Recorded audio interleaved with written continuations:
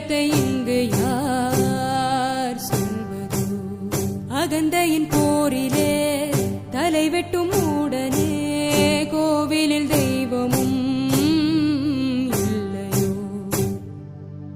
ஊரெல்லாம் வெளிச்சமாக்க எத்தி வச்ச தீபம் அது தீபந்தம் ஆகி புட்டா ஏது மிஞ்சுமோ சொல்?